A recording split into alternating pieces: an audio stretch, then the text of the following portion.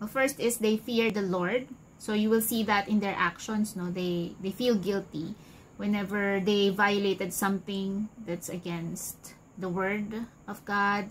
Maganda po that a person that you will entrust yourself or your vulnerabilities with are accountable to God.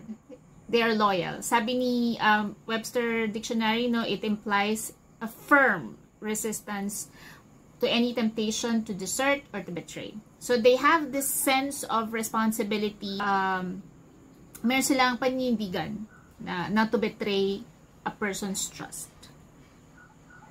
Another is hindi sila namamahiya. So hindi kanila ipapahiya kapag mamaliitin o iinsultuhin kapag nakita nila na mali ka, ganun, o pag nakita nila yung kahinaan mo. They will not shame you, look down on you, or insult you when they see that you failed, you made a mistake, or that when they see your weakness. So since everyone naman po na makes mistake, and each of us hurts, a safe person knows how to apologize. Alam niya kung kailan siya dapat mag-apologize. And alam din niya kung paano bumawi.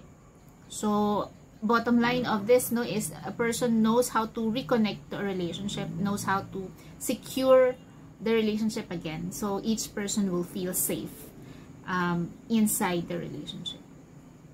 And next is, handa silang matuto at saka mag-improve para mas maging maayos yung communication skill nila.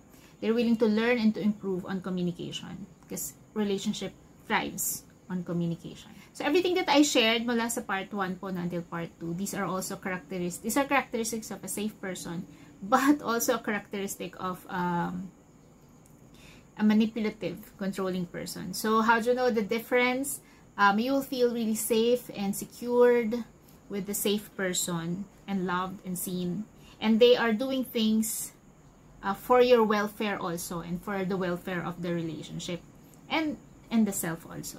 So balance kapag safe yung person. With a manipulative person, they might act right, say the right things, but everything is about them. Everything in the relationship is for their benefit. And that you won't feel at peace with a manipulative person. You will feel like you're always walking on eggshell. You have to perform, or else they will do something harmful, or they might abandon you. So, ang base skill po nito, no, is emotional intelligence again. So, again, I'm stressing out on emotional intelligence. Hope you can check out our booklet available in Shopee.